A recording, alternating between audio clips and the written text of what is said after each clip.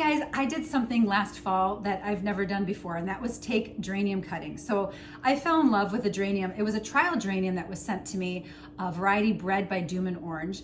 It was the 2024 National Ornamental winner for the All America Selections, and this is called Pink Batik. It's from the Big Eeze series, but it's absolutely stunning. Look at that gorgeous modeling on there. So I typically don't take cuttings from geraniums because I've never fallen in love with a geranium before. This is an interspecific pelargonium, meaning that it's got all of the big flower beauty of the zonal geraniums, and it's coupled with the trailing or semi-trailing nature of the ivy geranium. So this particular variety is a mounding variety. And to be honest, I hadn't made a plan for this variety because it just kind of arrived and I wasn't sure what to do with it. It wasn't in flower, so I didn't know what it was going to look like. So I popped it in a terracotta container with some Kent Beauty ornamental oregano and a purple kufia. And it ended up being my most favorite arrangement from last summer. So I decided to take some cuttings from it, which was super easy to do. And I was kind of rushing through it. I wish I had documented that, but it's very easy to take tip cuttings. And if you're interested in propagating plants and taking cuttings and how to do all that, a really good book to read is one by Leslie Halleck called Plant Parenting. And she goes through all the different ways you can do those things. And I will document how I do it next year because I will probably take tip cuttings from these same plants this coming fall. But they're ready to be up potted. So I just popped them into, they're in 4-inch pots here, and they need to be up potted. They're drying out really fast, and the lower leaves are kind of looking weak and they're yellowing. So I need to get some fresh soil in there. I'm gonna use a little compost from my Vigo composter and water them in and then put them back under the lights. But how can you not love some beautiful flowers, geraniums in January like that? Isn't that great? And they're absolutely gorgeous. So I'm gonna up pot those. And then I'm also going to pot up my Amaryllis. So I don't typically care for Amaryllis. I love Amaryllis, don't get me wrong, but I don't typically care for them during the holiday season because there's so many other decorations around that I feel like you can't truly appreciate an Amaryllis flower during that time of the year because there's so many other distractions. I prefer to have mine in flower during like March when I really need those flowers most. So they've been in the garage since October, brought them in, and then you just kind of let all of the leaves die back and then cut them back and refresh the soil and water them in, put them in a sunny window, and lo and behold, there they go. So I'm gonna do that as well. But first I'm gonna get after the geraniums. Now the reason I took tip cuttings was because when you receive new plants, it might be a while before you ever see them again in your garden center. Sometimes you never see them, and that's the difficult part, when you fall in love with a plant and it becomes extremely difficult to find elsewhere. So I took tip cuttings, and it's not something you want to do. You cannot resell them. I mean, the amount of work that goes into researching and creating these new plants, you certainly don't want to infringe on anybody's copyright and sell these. These are strictly for my own personal use, so I just want to clarify that. And that's why I took the cuttings. I can't be guaranteed that I'm going to find these locally this year, so I wanted to ensure that I had them for containers because they are such beautiful mounders.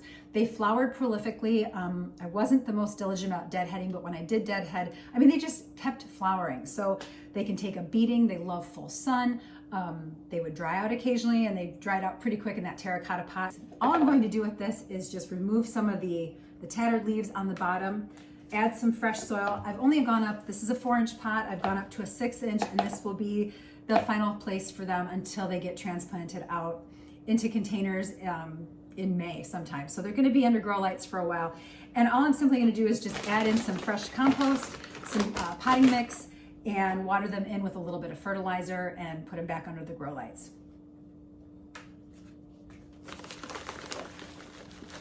And in my potting mix, I'm also adding in some compost that I've made with my Vigo composter. So I've been doing that with all of our kitchen scraps this whole winter, and I've turned all the kitchen scraps into compost. So everything goes in there, eggshells, everything. I just don't put any fatty things, but all the kitchen waste goes into that composter and I end up with compost. So I'll be putting about a handful of compost into each pot as well. My cue to pot these was they're drying out really fast, and I could see roots coming out of the bottom of the pot, so that's telling you they need to be potted on.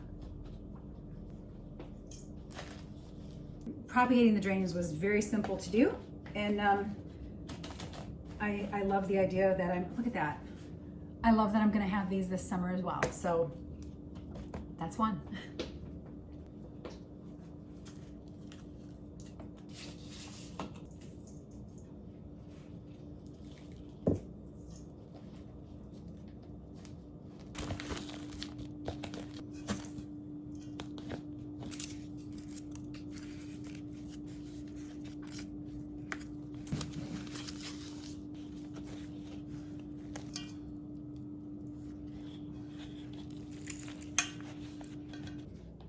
I'm also removing any of the leaves that are coming in contact, because sometimes the leaves can tend to grow down. So I'm just taking those leaves off that might be touching the soil because I want to minimize the chance of disease. So just popping those off, and they snap off really easily. And as far as container size goes, I didn't go up too high.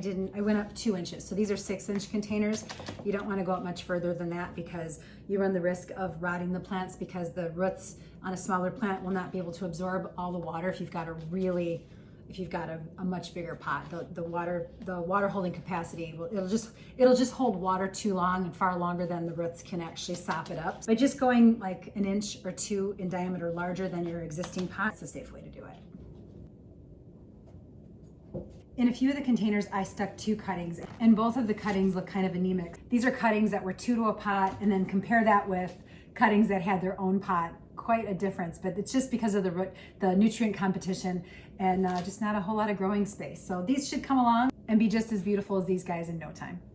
I'm using rain barrel water that I harvested back in the fall, and I keep it in the basement for all of my houseplants. And to it, I added a little bit of True Organic multi-purpose plant food. It's an organic fertilizer that is American made. So I've just been experimenting with it, and so far so good. I've been using it on all of my houseplants.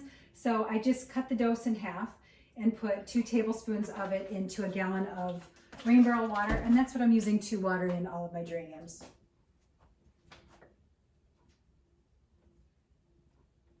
Got all the geraniums potted on. Now the challenge is going to be finding a spot for them under the grow lights, because the pots are taller, and I think I'm going to have to adjust some shelves and some lights. But for the most part, we're ready for the rest of the winter.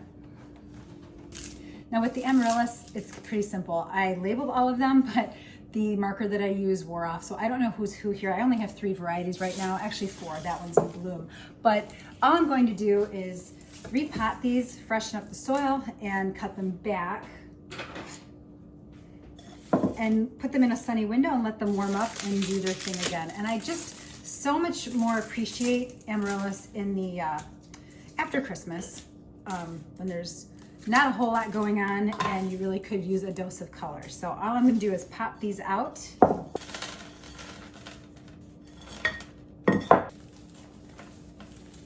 With my Amaryllis, I put them in the garage back in October, and that's where they've sat in the cool, dark garage and have kind of gone dormant and dried out. They're still nice and firm. And all I'm doing here is just adding some fresh soil, putting them setting them on the top of the soil so that the shoulders are above the soil. And then in about 8 to 10 weeks or so, you'll have flowers again. So sometime in March, which is when I feel like I need it the most. So spring is right there, but you're just dying for some flower color.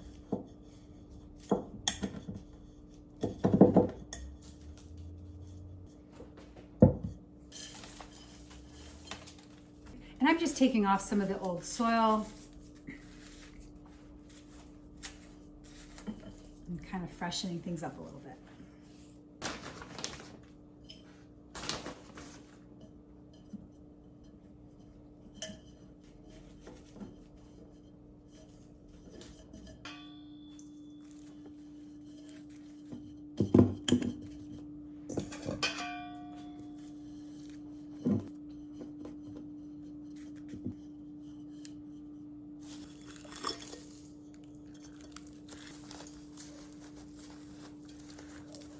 This one's got a baby on it, so I'm going to go ahead and just pop that off.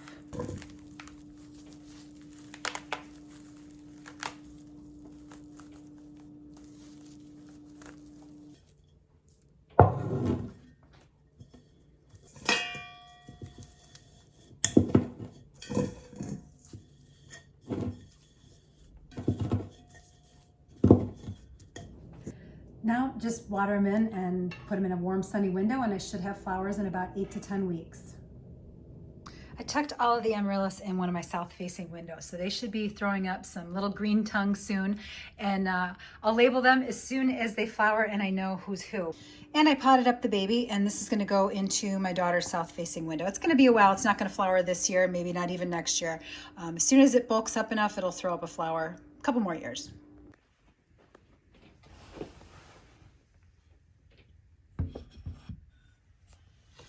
And these guys are going under the grow lights in the basement.